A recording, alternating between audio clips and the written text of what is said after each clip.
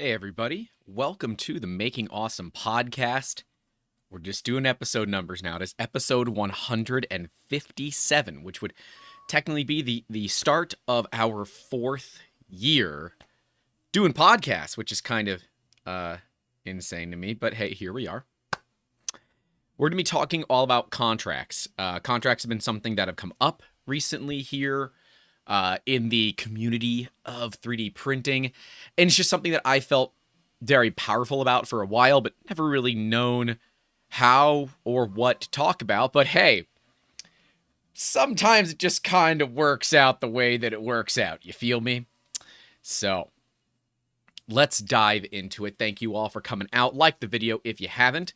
I have some awesome people here hanging out in the live chat. I see Mad Cat, I see Justin Miller, Mike from Never Let the Machines Win, and Thomas is here that have commented so far. But hey, if you are here, let us know. But let's get into it because a lot of people are kind of aware that there has been a bit of a leak in this industry recently, where pretty much the overall feeling is, where's the contract and what is going on here? Because contracts are incredibly important for small business, right? I don't care how big your business is. I don't care if it's one person or 1,000 people. Making sure that you have good contracts in place to protect not only yourself, your team, your business, but also the other party is incredibly important. And when we start looking at things like non-disclosures and media embargoes, these things start to be very, let's go with non-negotiable, because the terms on them are very, very one-sided. Because at the end of the day, it's your responsibility or our responsibility to make sure that stuff is kept secret when it needs to be. See, often in the 3D printing industry, there are desires and things that we might want as a community to build, to make, to do, to see. And sometimes those things need to be kept a little hush-hush for a bit. And that's when something like a non-disclosure would be in place. We have over 24, I had to check this morning. We have over 24 active non-disclosure agreements with clients, and we have over 36 contracts in place with clients that are currently active. And see, this stuff is not difficult. And yes, most people just send us the standard boilerplate non-disclosure that you get from being online. You just Google boilerplate non-disclosure agreement. We've made it a company policy to not accept outside non-disclosures. That is because we spent a lot of money on an attorney to write what I think is very good, mutual non-disclosure agreement, where both parties have some responsibility in keeping the material secret. And in the event that one party leaks it, there is a certain process at which this goes through, whether it is intentional or otherwise. See, because at the end of the day, if you're an inventor and you want us to sign a non-disclosure and then you file a patent, that non-disclosure is completely null and void, because at that point you have made a public disclosure and I don't need to be quiet about it anymore. So, that's how that tends to work. A media embargo is kind of similar, but it's very blanket, where a non-disclosure can be very specific. Non-disclosures normally cover proprietary information or specific information, where a media embargo is like, nah, dog, we're going to get you this, but you can't talk about it until a certain time and a certain date. But see, the thing is, these contracts are only valuable if you actually defend them. I'm going to move the mic closer. Oh, I can see the mic. All right, we're going to keep the mic there then. See, the thing with contracts is that if you can't defend them, there's no point in actually having them. They're not worth the paper that they're printed on.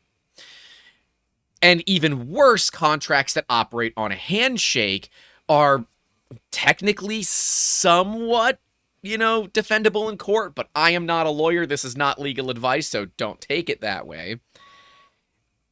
But even though they are somewhat defendable in court, it is certainly a bit of an argument of he said, she said, because he said or she said something else, or they said. That really should be an adjusted term for 2023. I should work on that. My apologies. But see, a media embargo and an NDA are not the same thing. And that is a big thing to take into account here. A non-disclosure is a legally binding contract to protect sensitive information. They're effectively vital for anybody that is attempting to produce something that is not known to the general public yet. It is good for proprietary data, trade secrets, confidential agreements, whatever. And they're often used in industries that a lot of you work in. In fact, the job that you work likely had you sign some sort of non-disclosure. And if they haven't yet, they probably will if you leave, whether that is on your own accord or otherwise. A media embargo is an agreement between organizations and journalists, and it stipulates when and how certain news items can be shared. They allow the companies to control the timing of the information release, but nothing further. And all this does is it enables for coordinated announcements, right? The last thing you want to do is have information that you've been working on building hype for a couple of weeks for it to be leaked 12 hours early. About that. See, the thing is, embargoes, NDAs, whatever, are very much to be taken seriously. And the worst thing that can happen when one of these things is screwed up is just blaming other people, right? We talked about this in Wednesday? No, it was Friday's video that I filmed on Wednesday, where we had the next layer leak the Bamboo Lab A1 about 12 hours early. And my consensus with my information and my knowledge is that this was intentional. It was not accident. And when he effed around and found out, it was a lot easier to blame nameless people than it was to take immediate, full, and unadulterated responsibility for the decision. Because as we talked about as a business owner, it is my duty to make sure that nothing goes wrong. And it is the staff's duty to effectively take all the credit when everything goes right. I am the one who gets in trouble when things go wrong, but I am the one who steps back when things go right. Now, the only thing that really upsets me about this is that he and I are probably in the same book now, and I don't think that that's really cool, because obviously Bamboo is not a big fan of me. I am actually returning my second X1 carbon. We might cover that, although honestly at this point, I don't think it's worth it. It's an easy video that I know would get a lot of like content out of it. But yeah, it doesn't feel right to me to do that, but likely either right before or right after East Coast Rep Festival, that bad girl's going back because yeah, it's a problem. We have another one. That one was sent to us by a fan. I'm told it had caught fire at some point, so we will be looking into it. But unfortunately, my journey with now my second Lemon X1 Carbon is, as far as anything is concerned, over. But see, I'm not under a non-disclosure. I'm not under any media embargoes. In fact, I've signed nothing because I paid for those machines with my own money, so there's nothing that can be done. I will say that there are times where we've had to violate non-disclosure agreements. There are times where we've had to violate those things. And the cool thing is that when it occurs, we actually have made our clients well aware that there's a violation that needs to occur here. And it's often because we get another client that comes in that is doing effectively the same thing. And we have to make these two parties aware of each other. Because working with the both of them, without them knowing about each other, is a massive conflict of interest. But to state that we're working with each other, it violates non-disclosure. So there is a very, let's go with, unique way that we have to go about this sometimes. And it often is, hey, just so you're aware, we got a request for quote from someone who is doing something that we believe is incredibly similar. We would like to be able to let them know that there is somebody else doing something in this basic space.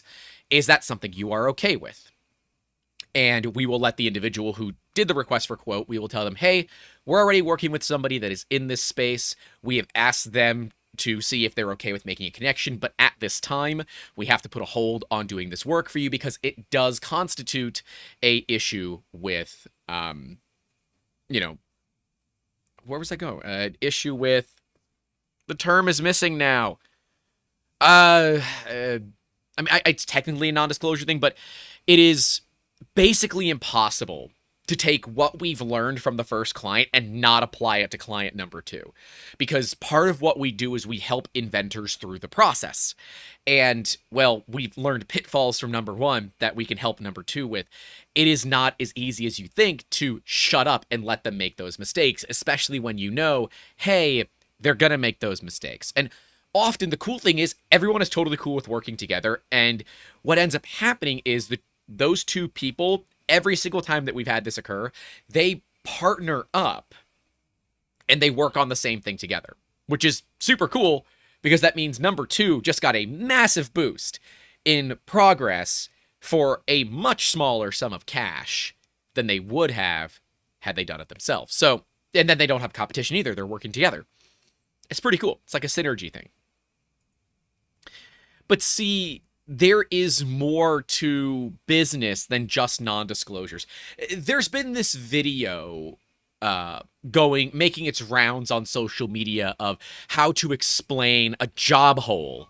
You just say, I can't talk about it. There's a non-disclosure. And honestly, part of me is like, yeah, that's pretty good. But the other part of me says, come on, that's BS. You can tell me what the job was, and I can validate that you worked that job. You don't have to tell me what you did. I don't care about what you did. I care whether or not you actually were working at that time. Don't lie to me.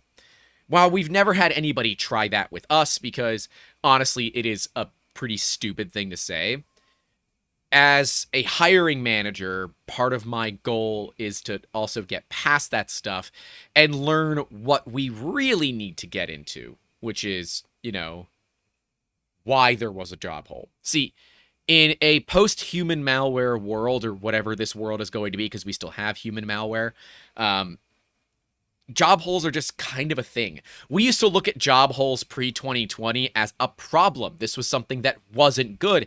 But now it's kind of understood, right? You get burned out, your old job closes, they fold, you have a hard time finding a new job, you get sick, your family gets sick. Maybe you wanted to take 6 months and deal with your mental health.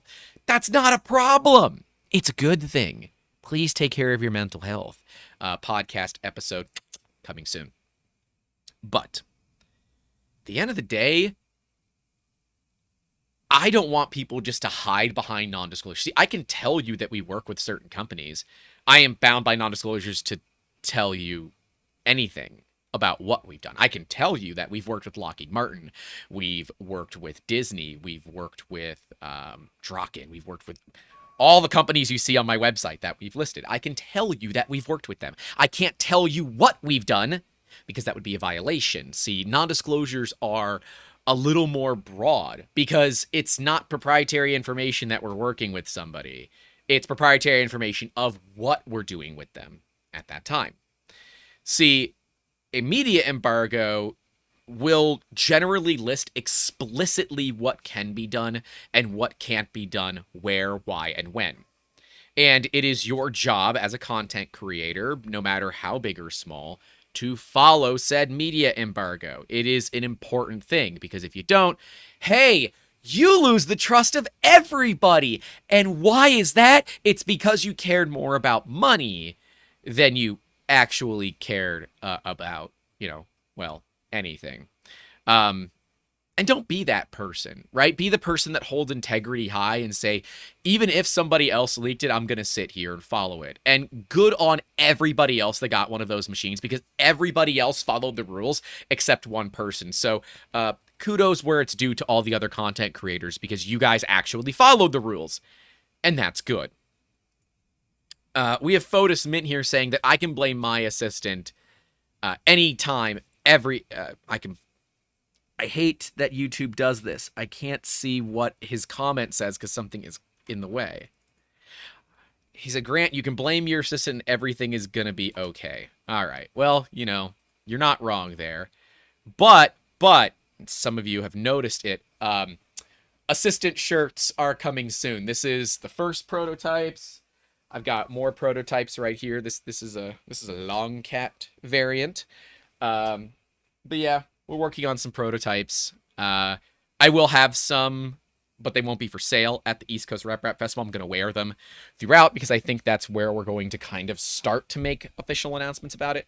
But we are still trying to figure out who we want to work with on that, like the printing quality, how well it holds up, how nice the shirts are, and everything in between. But there's no media embargo on this because it's ours and we made it. And the awesome Margaret Chen, who has done a lot of our animations and illustrations for a couple of years now, is responsible for these designs, and I love them. This is Belt Printer Cat. She's being printed on a belt printer with Victoria. Geez, Grant, figure out that the camera's backwards with Victoria colored filament. It's pretty great. And Azerto says that I am Victoria's assistant. It's true. I am Victoria's assistant. She runs the shop. She is currently recharging her cat batteries in the window. So, you know how this goes. Anyways, so we've got some ethical issues here, right? Can people just make you sign non-disclosures and media embargoes for no reason? No, they can't. And you have every valid reason to say, I'm not going to sign this. In fact, we had somebody call us on Friday. Was it Friday? It was Friday. And say, hey, I've got a product. I want to send you a non-disclosure. Nope. Sorry. We don't accept outside non-disclosures. We have one on our website. You are welcome to find it, sign it, and enjoy it. It's free. It's good.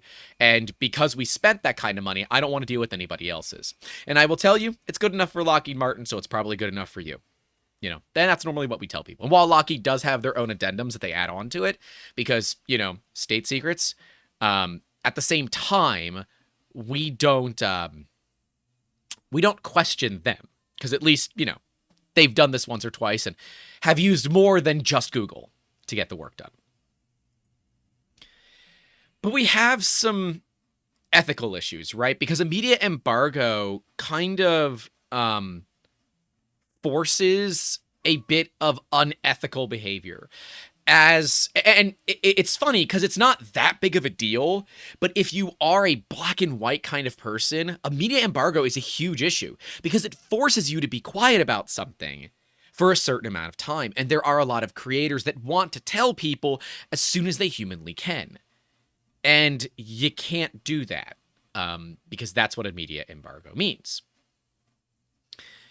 You also have where a media embargo deals with freedom of the press, something that here in the United States is taken incredibly seriously by media people and unfortunately by pretty much nobody else. I'm sorry that the general public and people just don't respect our media, but, you know, kind of is what it is, guys. I wish it was better. But you do have to find this weird balance between protecting said confidential data and respecting that journalistic integrity and the public interest all at the same time, right? A media embargo is kind of weird in that. And I get that it can be frustrating because ultimately, as a content creator, you do want to be first to the gate. And if, let's say your media embargo was for last Wednesday at 9 a.m., for no specific reason, and somebody posted at 8:59 and 45 seconds. Okay, that is 15 seconds early. As far as the contract is concerned, that is a violation, and that person is just a little skeevy for doing that. Did it happen? I have no clue. I wasn't paying attention. And I think a lot of that was because everybody was paying attention to what happened the night prior. See, this is one of those cases where you just can't come back. Companies are not going to trust somebody again. And even if you attempt to rebuild that trust, it's not going to be there because you did it once already. There is a fun problem with non-disclosures and media embargoes, especially when they're written down. Media embargoes normally carry a very hefty penalty, which includes full blacklisting, to be clear, but it also normally includes some form of legal part as well. Be it a lawsuit, be it a fine, a fee, whatever, there is normally something else attached to that. And it's kind of a, how much do you really care about working with us again, and a fair bit of your money. You may not want nor care about that. And that's where people say, F it, I'm going to say things. And we've seen some pretty high-profile non-disclosure cases, and I think one of them was it the Stormy? It was the Stormy Daniels case with former President Trump, where she talked about something where she'd actually signed a non-disclosure, and I think she actually did lose that case. And it's not about a matter of whether or not you agree with her. It's literally a matter of what you signed. See, part of a non-disclosure is also remembering the fact that you're on it. And this can get complicated as, you know, especially in sports industries where you have traumatic brain injuries. And as people get older, they can develop certain diseases. Is that the right term? Certain impairments. Let's go with that. Certain impairments where they're not really with it anymore. And that information that they have might accidentally get out. A bit of a problem, one might say. Yeah, it is a bit of a problem, and nobody wants to find themselves in that situation. But that's why these documents exist. But see, the thing about a non-disclosure, and a media embargo for that matter, is that they cannot be in perpetuity.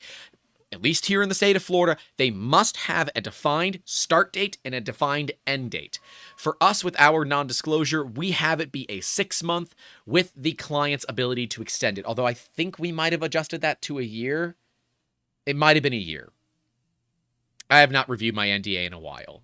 But my general understanding is my memory sucks anyway, so I just don't talk about the stuff that we make for people unless it is very validly proven to me in the beginning that we can talk about this as much as we humanly want. And that's the way it goes sometimes, right? People are like, yeah, please go talk about it. You have a YouTube channel. It's like free marketing. I'm like, yes, I know it is like free marketing for you. Yes, we'll go ahead and talk about it. Thanks.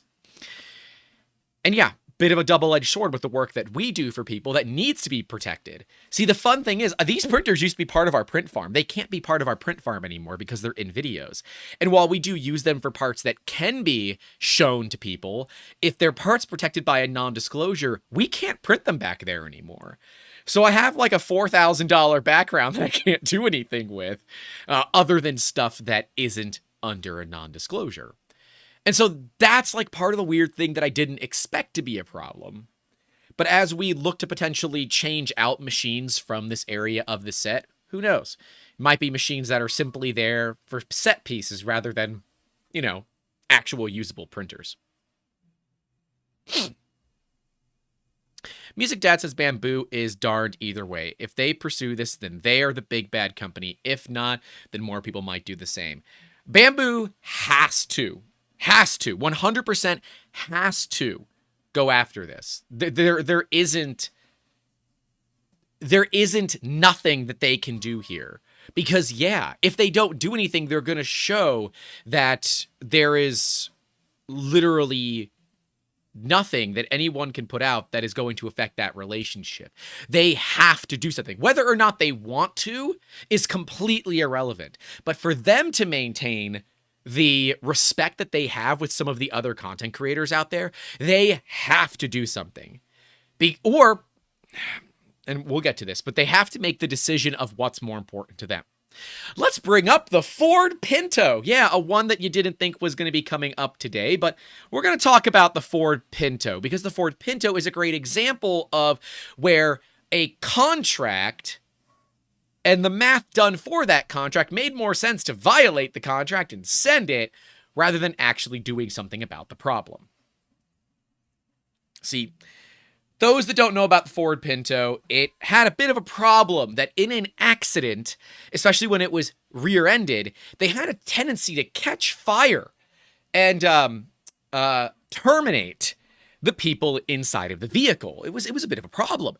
And there were multiple fatalities around this. And Ford decided that instead of doing anything about it, that it would be cheaper to just pay the wrongful death suits than it would be to fix the problem.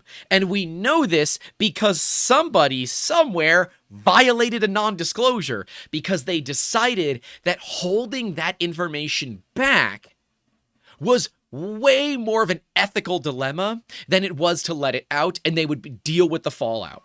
And see, Ford, having been caught with their pants down, if you will, I don't believe ever pursued any legal action against the person that leaked it. And I'm not even sure it was ever found who leaked it. But there are times like that where, all right, you say something because you feel, obligated. And there are whistleblower laws to generally protect people that are whistleblowers. But this particular leak that we're discussing for the 3D printing industry was not a whistleblower. It was just someone that, I'm going to go with made a mistake, but if you were only going to put it out to people that paid you, it wasn't a mistake. It was calculated. Thomas says, but what if it's only between your Patreons? Well, I can tell you that our Patreons will have first access to merch as we slowly dwindle down the companies that we decide to work with. And we are going to allow them to buy at a significant discount to help us figure out who we want to actually work with. So I think we're going to lock that into our Discord server, the $10 tier and higher, just because it is way easier to communicate that way. But when that does occur, we will let people know. But if you are in our Discord server, which you can join via PayPal, Patreon, or YouTube channel members, $10 link or above, $10, geez, I screwed that one up, $10 amount or more via the links in the description below. Geez, Grant, figure, it's like you're an amateur. Wait, I'm not an amateur. That means I would leak things. Oh, no. Oh, no. Shirts coming soon. Yeah. Victoria's Secrets. What are Victoria's Secrets? Damn it. Now we have to do a cat shirt that's Victoria's Secrets. All right, fine. Zerno, Mad Cat, someone put it in the damn 3DM merch idea. Why am I going to allow us to do this? Fine. Fotis asks if we are looking at joining printables clubs. It is potential. We're looking at printables, we're looking at things, just other areas where people already have, their credit card saved to make it easier for people to support us. I haven't 100% made that decision yet because honestly, I'm not really ready to go down that road of setting up more places like that. It's more of a time thing, right? There are plenty of ways for people to support us. If they don't have any of those places that they want to use, so be it. But, we have a PayPal option, so, come on. But, yeah, we are looking at it. It's just more places that I have to post stuff to, and at a certain point, it's like, all right, this is a lot of extra effort. Anyways, yeah, you have these ethical considerations that can be a bit of a problem. I don't know, really, what the overall plan is for Bamboo. But I can tell you, if they didn't have any consequences on their embargo document or whatever it might be, they probably do now. I have it under reasonable authority that this entire thing with the A1 didn't even have an actual media embargo. It was a handshake and a, hey, please don't talk about it. And, that one's kind of dumb. For a company that keeps a lot of their proprietary information very close to the heart, you would think that they would, have something like that. But as someone that is reasonably well aware of a very serious Bamboo leak and problem that exists out there, it is a 0 day. It is not public yet, but the hope is that by the time everything is done, it can be resolved in a firmware update. For the people that do firmware updates. For those of us that don't do firmware updates, we're SOL. But yeah, pretty serious issue. And those of you that do have Bamboos, the best thing that I can tell you right now, because again, I didn't actually sign a non-disclosure, but it is my preference to keep this information private. Please make sure to take your Bamboos off of a network. They are way more exposed than you think they are.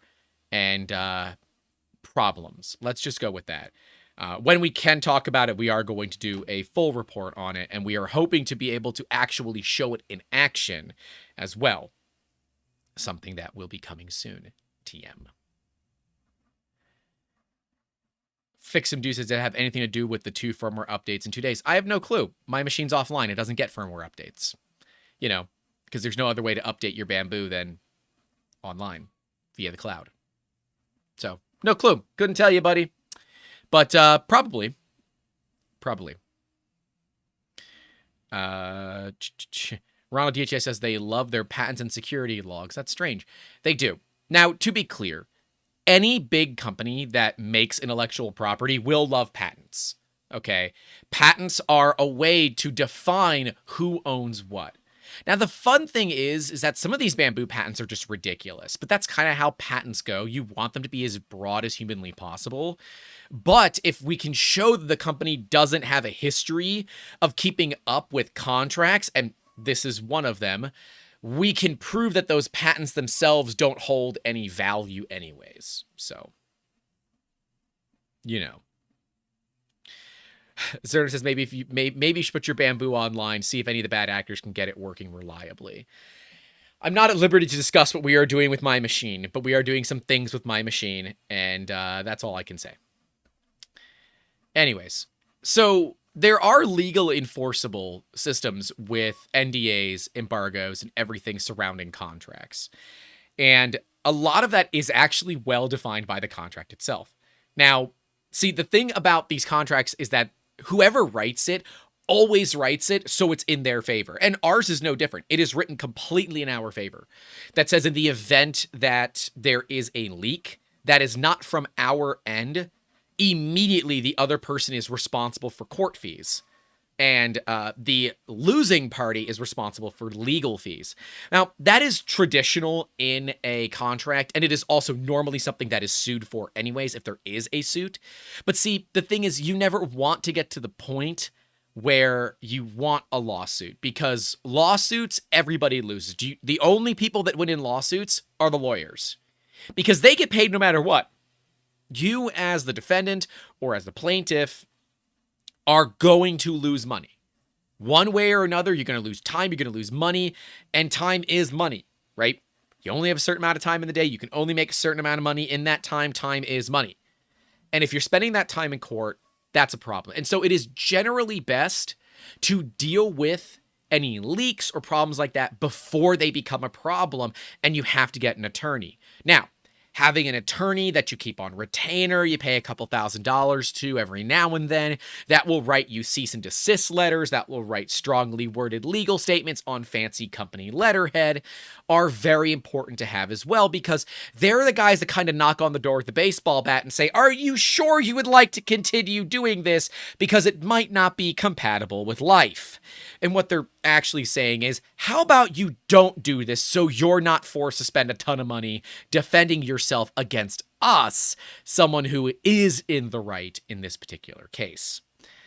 It's never fun. Nobody likes dealing with this. Even the lawyers aren't huge fans of having to kick down doors like that, or proverbially kick down doors. But it is something that is required sometimes because, well, sometimes people don't shut their freaking mouths. And that means that, well, you got to teach them a lesson. And back in the good old days, that's not the right way to say it. Back in the old days, we just used to use a Louisville Slugger and a couple of whacks. And that just got people to adjust their attitudes, if you will. Nowadays, we use lawyers and paperwork and things that, well, nobody likes. Yeah, nobody likes them. No. Jesse Northcutt says, by the way, the NDA you guys use is the best general NDA I have seen to date for both sides. Yeah, I spent over $1,000 with a lawyer writing that out. It was a lot of effort because traditionally people want to just find that cheap boilerplate one that's available online. I'm not a fan of that because of the type of work that we do. Because confidential information needs to be well and truly defined. That's why we wrote ours the way that we did. But we also included things surrounding things like non-payment, that if you don't pay, we repossess the assets and we open source them so that you can immediately no longer pursue your, whether it's your invention, your patent, because now it's open sourced, because it's our information and it has no value to me. It's a mutually assured destruction clause. And it's not a fun clause to put in, but it's one of the ones that we found out that we needed. after being burned so many times by inventors that just decided that not paying us or by giving us bad checks was the right move. It's actually why we no longer accept checks unless you are a big company and we have a way to do a direct debit should we need it. Because we had a company recently call me and say, hey, there are checks in the mail coming to you. Do not deposit them. Something went wrong in our bank and we have to change banks. Those checks aren't good anymore. Here, send us your routing and send us your routing number and your account number, and we will immediately send you the money via a wire transfer. And to their credit, I had that money in my account before the check showed up in the mail. So there was that. Saul, I see you here. You're saying afternoon. You joined the Discord tier, but your Discord did not work. You didn't join. Email me, youtube@3dmusketeers.com. And as soon as I'm done, actually, I'll do it right now. As soon as I see your email come through, I will give you an invite to the server, because you should be in the server and you're not.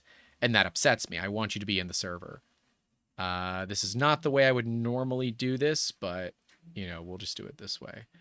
Because it does bother me when people do support us and they don't get what they've paid for. I want people to, get some of the value that is, provided. Anyways, sorry. Saul joined like last week and it didn't connect, and I tried messaging on Patreon, but it's such a terrible system. So he says I don't really do Discord. Well, you might enjoy it. I don't know. Discord just seemed like the most obvious one for us, but I appreciate the support nonetheless. But if you do ever want to join, please email me and we'll make that happen.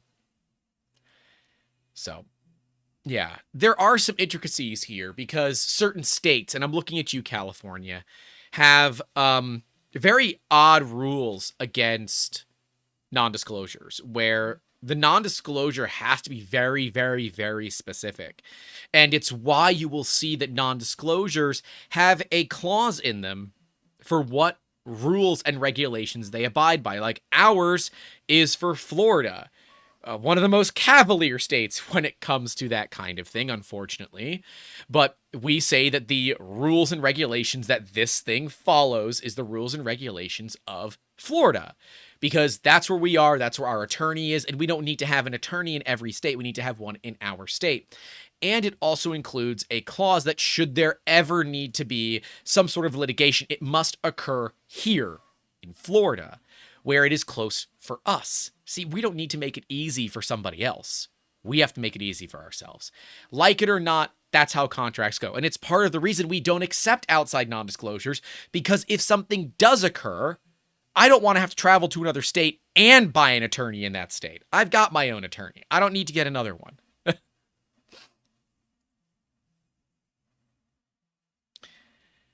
Mad Cat says if you're in the Discord, you can come hang out and talk about me behind my back. Yeah, or you can spend 4.5 hours with me yesterday trying to troubleshoot my mower for the 6th weekend in a row. It is worse than it was when we started, and we don't know why. I think we've determined what's wrong with that lawnmower, but I've ordered quite a few components just in case. But yeah, suffice to say, I should really do a series called Mower Fix Friday, because maybe then I would at least understand how to fix it.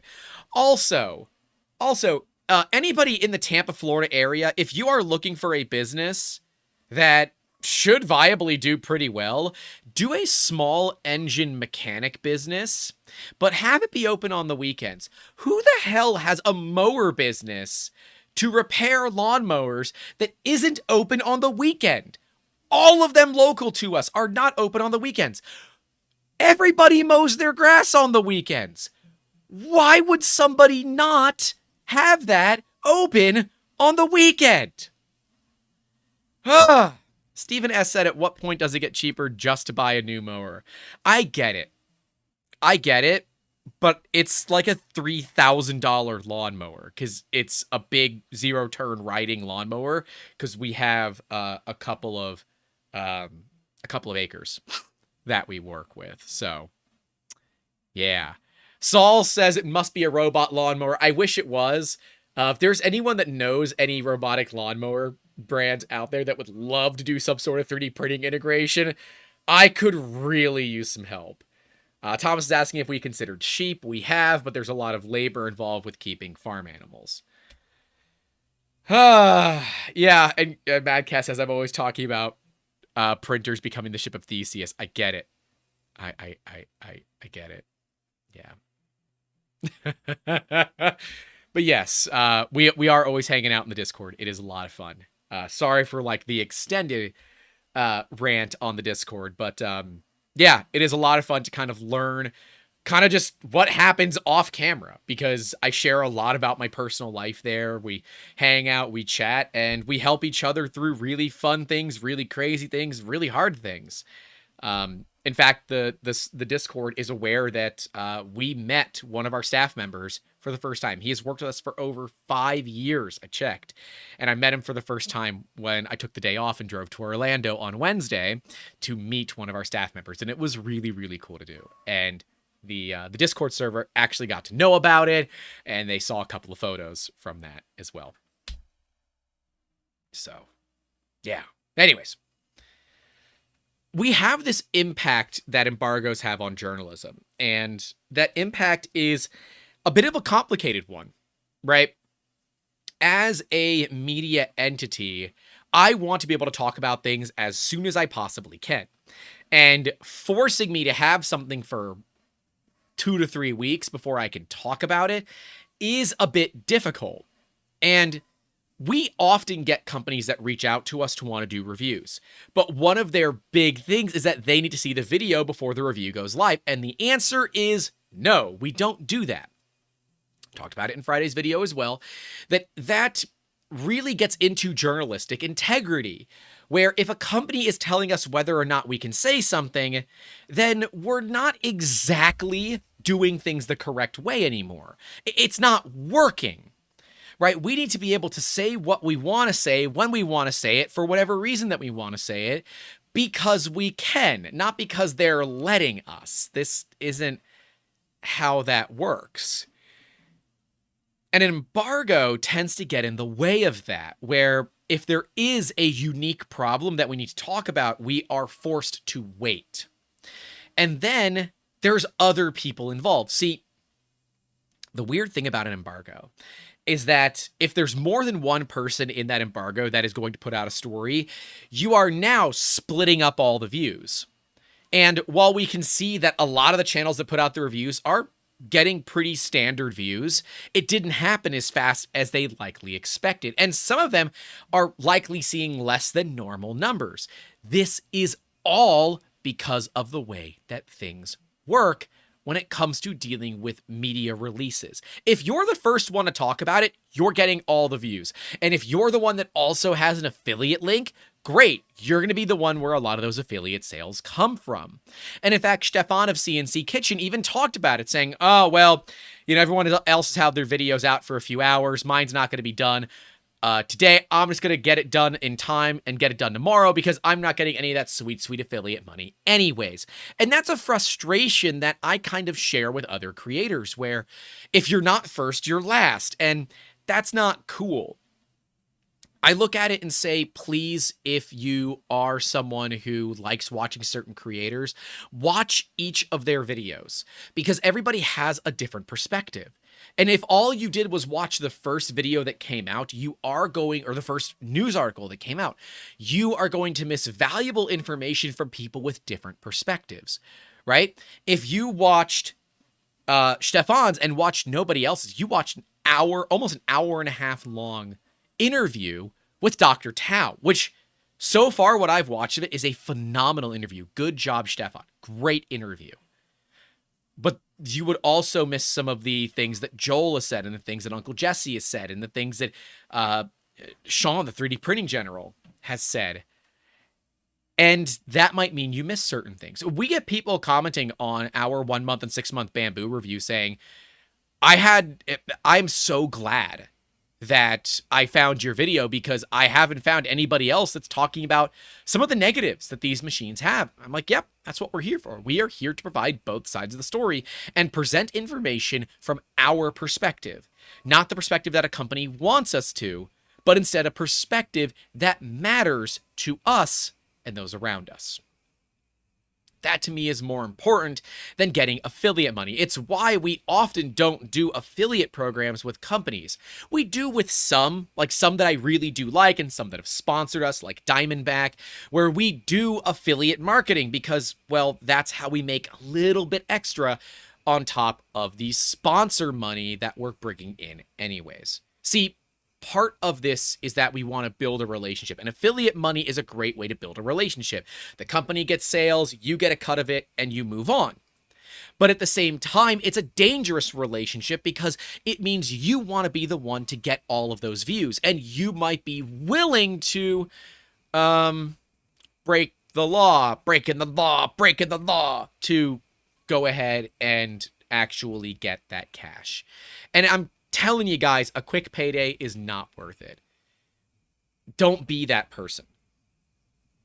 And see, there are real examples. You can look at NDA violations that exist out there that are big. I believe the Stormy Daniels one is going to be one of the largest ones that have happened recently. Regardless of that outcome, it is probably one of the larger ones. But there have been pretty serious non-disclosures. I mean, imagine, oh my God, imagine what would happen if one of the people that knew the Coca-Cola recipe actually leaked it.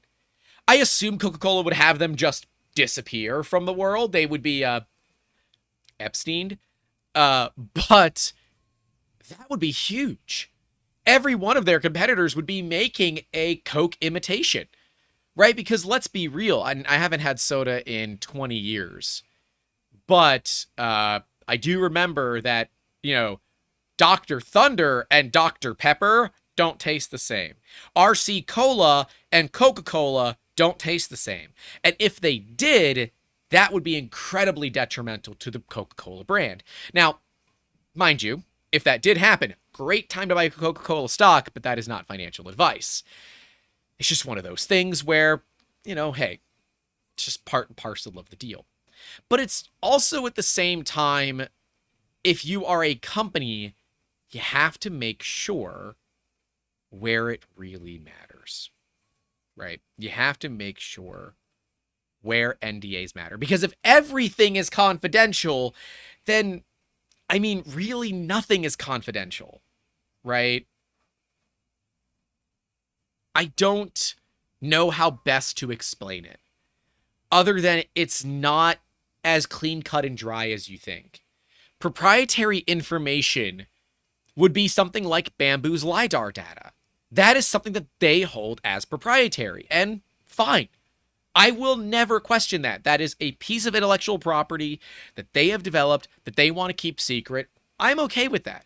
And the problem is they use that proprietary data to obscure everything else that they're doing.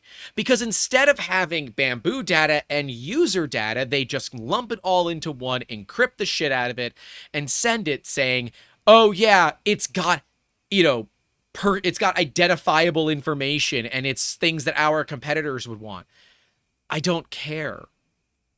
I am happy to sign a non-disclosure to not talk about the things that are Bamboo intellectual property inside of that log file. But I have, in my opinion, a right to know what information of mine exists in there. But I've said it many times in videos that I would be more than happy to sign a non-disclosure to validate that the information in that log file has or has not any information from the machines themselves. And every time that I've done it, Bamboo has denied my request. We deal with ITAR and CMMC here, where if we leak certain things, I go to federal prison and can be tried with high crimes against the United States. That is a fact. That is a fact of what can actually occur. So we understand it. It's not like we're spring chickens to this game. But as a company, you have to balance the interests between protecting that information and ensuring that transparency and accountability. If all you do is put everything under a non-disclosure, there is no accountability that can be held. Because nobody can actually prove that you're doing the things you said that you should be doing. And that's where I have this problem of as a journalist, putting myself as a journalist is a very vague thing, but, fine. I have a desire to really understand the transparency here. And by not getting transparency, I have to assume the worst. This is just common, right?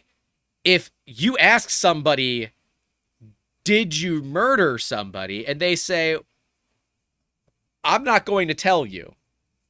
Do you assume that person did something dirty, or do you assume that they're perfectly clean? Because I'm not going to assume that I should trust them with sharp objects or freedom delivery units. Because honestly, that's not the way that I play ball.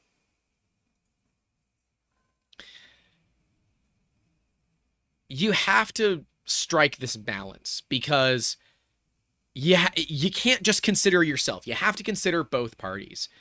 And when you are looking at doing things like the closed beta test, right? We are at some point, I don't know when, the politician is such a problem. Excuse me.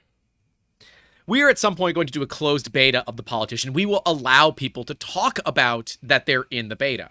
But we will not allow photos to be shared until we are ready for photos to be shared. We want to collect, we want to make some changes, and we want to send out adjustments to those beta testers before we start posting photos, because we want to make sure that the product that they're posting is much closer to the real end product rather than something that still might need a little bit of massaging to get done. And see, different people might have different requirements. I'm not saying that you absolutely need a blanket non-disclosure over everything, including the name of your company. But I'm also not saying that you don't. If a company can provide us with a valid reason that we cannot talk about anything, even the name of that company, then I am happy to follow those rules. But if they don't provide that information, then I am not following those rules. And I'm not going to sign that contract. We lost, well, we didn't lose anything because we didn't sign the contract, but we had a potential client go somewhere else because their non-disclosure included our ability to put the name of their company in writing, which I don't know if you understand how complicated that is, but that means I can't send them an invoice because I have to invoice their company. And to do that, I must write the name of their company down. And I said that, and they said, that's not our problem. I said, but that's not how this works. I said, I don't know if you guys are used to people reading your non-disclosure, but your non-disclosure includes things that are absolutely ridiculous. And they said, sign it or don't. We don't care. But if you don't sign it, we're going to go somewhere else. I said, okay, well, I'm not going to sign it. So best of luck to you. And I hung up the phone. It was one of the most ridiculous non-disclosures that I've ever seen in my life. But there are people out there that believe they need that. And I promise you, if Lockheed Martin and Northrop Grumman don't need it, you don't either. Straight up. You just don't. And I talked to some really cool people these past couple of weeks. They didn't need non-disclosures to talk to me about the cool stuff that they're doing. But there is an understood thing here that, hey, maybe don't talk about it. If you want to show some people, you can show some people, but maybe don't talk about it. There's a gentleman's agreement, or a gentle person's agreement, if you will, where, okay, yeah, we don't talk about it unless you want us to. Right? Because we recognize that for a lot of companies, for a lot of people, that we are the individuals behind the curtain that are not supposed to exist. But as we look at modifying the way that we do business, where 3D printing is a part of the process and not the entire process, where we can show stuff that's in progress behind me, because we've also got cameras with way better bokeh, and it's hard to even see the stuff that's even this far behind me. So, yeah, the wide-angle lens makes it appear this room is way bigger than it is. It is 6 feet from the edge of my desk to the edge of those shelves. It is much closer than you think. But yeah, thanks Sony for having really awesome bokeh on your cameras. A plus, A friggin' plus. But we have to look at what contract that you need for your small business. If you're somebody on Etsy that's just making stuff to order, yeah, you need a terms of service, and that's about it. You don't need people to sign a legally binding contract every single time they buy a part from you. You don't. But you need to have a pretty clear terms of service that includes things like how to deal with chargebacks, how to deal with returns, how to deal with refunds, how to deal with all of that. We have it on our website in our terms of service. We state that we don't give refunds. The custom nature of our work means that the money is spent generally well before the product is delivered. And while there is some profit because we're a business, we can't just give money back because the client broke something. Now, if it's not what the client ordered and it doesn't, for some reason, follow their statement of work, then yeah, they're not obligated to pay for that. And they are, then yeah. Oh, okay. My whole stream just reset. That's cool. Love that. Yeah. Clearly I still have problems with my internet. Hooray.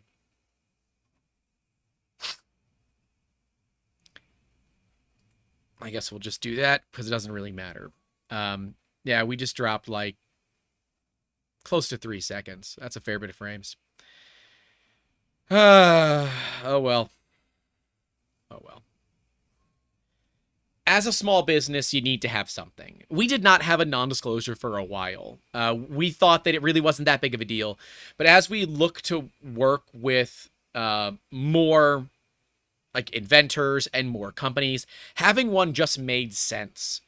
And as we are working to be more upfront and professional and less kind of cavalier with the business, because we've been a little cavalier with the business from time to time, we can and do enable the ability to be more professional via contracts. Our new process will include fully written out statements of work. It will include a change order request form. It will include, if you want to book time with me, you'll get 25 minutes on the house.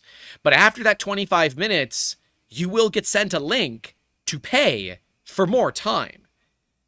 Now, there are certain cases where I'm not going to do that, but the vast majority of time, yeah, I got to pay for my time. So do you. And it means that, well, we're going to take this a lot more seriously. Because while it is fun, this business is not a hobby. It's a business. And, you know, it's a little bit more difficult than you might think.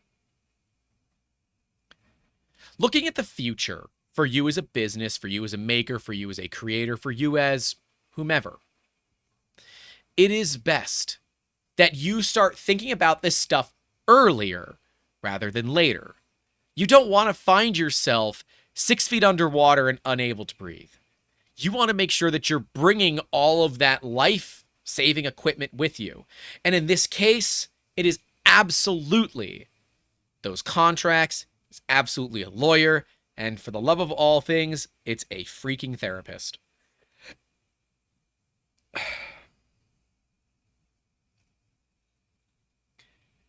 I don't want more people to get hurt.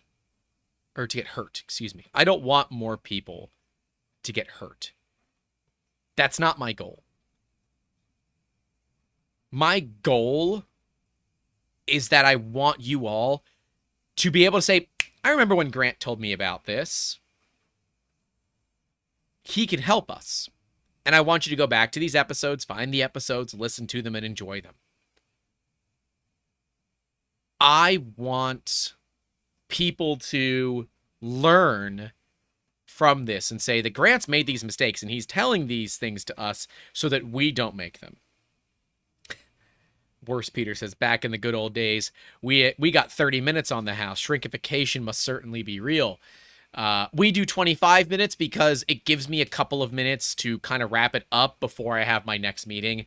And that way, if we run over a minute or two, it doesn't impact the next person. It's a common practice. I will often give the full 30 if it makes sense, but I only allow the booking for 25. That way we can have a little bit of a break should we need it, because 5 minutes is enough to go to the bathroom, refill your water, grab a piece of fruit, whatever it is that you need to get through your next meeting, and be able to move on without taking up other people's time. It is a method of like respecting other people's time, basically. So, yeah.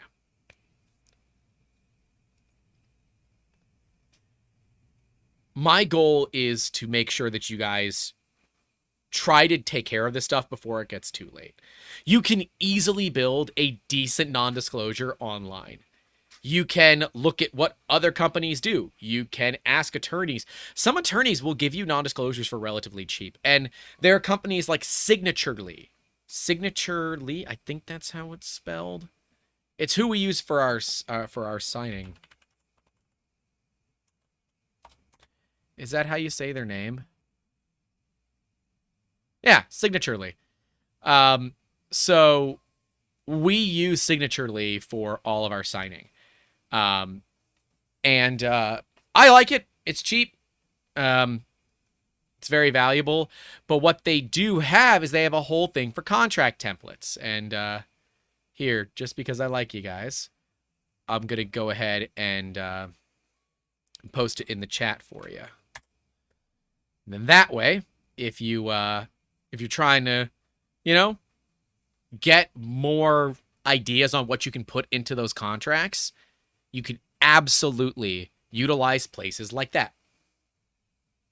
Ronnie says in Europe, we mostly use DocuSign. Yeah, Signaturely is just like DocuSign, but I didn't want to pay DocuSign prices, and Signaturely was on a website called AppSumo. For those that don't know about AppSumo, I really should have an affiliate program for this, but I don't, so you're welcome, AppSumo. It is a place where companies that are trying to build a business, normally they're SaaS companies like software as a service, will offer either heavily discounted or lifetime memberships for a fraction of what it would cost. And that's where I got Signaturely from. I think I paid $200 one time for it, and I have a perpetual account with them. So I can use them forever, and it doesn't matter. I'm not going to get charged any extra. I've used them for our CRM. I've used them for our LMS that we're building, LMS being a learning management suite like Udemy. And it's really great. There's a lot of software on there that is going to be of no value to you, but there is going to be a lot that might be. So I don't know. It's one of those small business hacks that we do that works really, really well from time to time. I don't buy from them very often, but when we have, I've been very, very pleased with how it all came out. So my value and thoughts on contracts are that it is better to have it and not need it than need it and not have it. I don't want anybody to find themselves caught not knowing what is going on, being asked for terms of service that they don't have, being asked for a non-disclosure that they don't have, or being given a non-disclosure and not understand how to read it. There are awesome programs at, I'm sure, a college local to you where you can work with either a professor or a law student to help you better understand the contracts that are coming across your desk. But at the same time, if you have questions, just ask. There is nothing wrong with asking for somebody to clarify a contract. And if they say that there is something wrong with that, don't do business with that person because they don't respect you. You have to understand that at some point, everybody is brand new and they don't have any experience with this. And if you're going to be that person that says, oh, well, if you don't understand how to read a contract, go screw yourself. No. Be nice to other people. If you have questions, ask. It is tough to sometimes tuck that tail between your legs and decide that you got to ask for help, but you got to. Just like when I'm done with this podcast, I'm walking over to my neighbor's house and asking if I can borrow his lawnmower because my grass is like 2+ feet tall, and I'm out of options. I've ordered a bunch of parts, but I want to at least get the front part of my yard cut, and the stuff that's like behind the house I don't really care about. That can wait till I get my mower fixed. But I do at least want to go through and get things solved because, yeah, I kind of owe it to the neighbors. You know what I mean? So where does this leave us in this world of contracts, why they matter for NDAs, media embargoes, and more? It's simple. Respect the contract or find yourself getting stuck. Bad. Make sure that you listen to what it tells you. And if you have questions, ask. You have to make sure that you are really aware of the things that you are signing before you do. It's why we read end user license agreements. People just sign them because we've put ourselves into this position where if we make things overly litigious and make it all legal speak, it becomes so complicated for the average user that they don't want to do it anymore, that they don't want to read it, and they'll just blindly say, I agree. And companies absolutely take advantage of that. So read your contracts. If you're a business, have some ready. If you're a maker that wants to start a business, now might not be a bad time to start at least educating yourself on what you need to know and what goes into a good contract. And if you have any real questions, you can ask an attorney. They're not generally all that expensive. $50, $100, hell, some of them might just help you out because you're a small business and they want to help you out. You also have local chapters for things like, Chamber of Commerce and all that might be able to point you in the direction, or have somebody that can help you. And when all else fails, just ask. Because you might find something that they did not know about. Just like we did when we worked with Thangs. Well, I didn't really work with Thangs, but we looked at their terms of service, and I went to them and said, what the heck? Why is this here? And they said, we have no clue. It's just a general contract that our legal team put together. We'll have them work on it. Yeah, I get it. It's totally understandable. And they made that change. And it's why I really like working with Thangs. I say that like we're getting paid by them, and we're not, to be clear. But when Dennis reached out and wanted to do a podcast, I was totally down because I want to know more about how their business runs too, because it's kind of unique in this world. So yeah, well, you end up looking like an idiot. Yeah, we're having jitter problems again. But yeah, don't be the one that breaks those contracts, because you look like an idiot. You get made fun of on the internet, and if you're really unlucky, you get sued. And you get sued bad. Don't be that guy. That's about all I got for you guys today. So, I'm going to go work on my grass. I will see you all later. Please, please, please, please, please pay attention to contracts. Because it can be real bad if you don't. Stay safe out there. Don't forget to call your loved ones. And as always, keep making awesome. Have a good one. This has been episode 157, Making Awesome Podcast. See you later.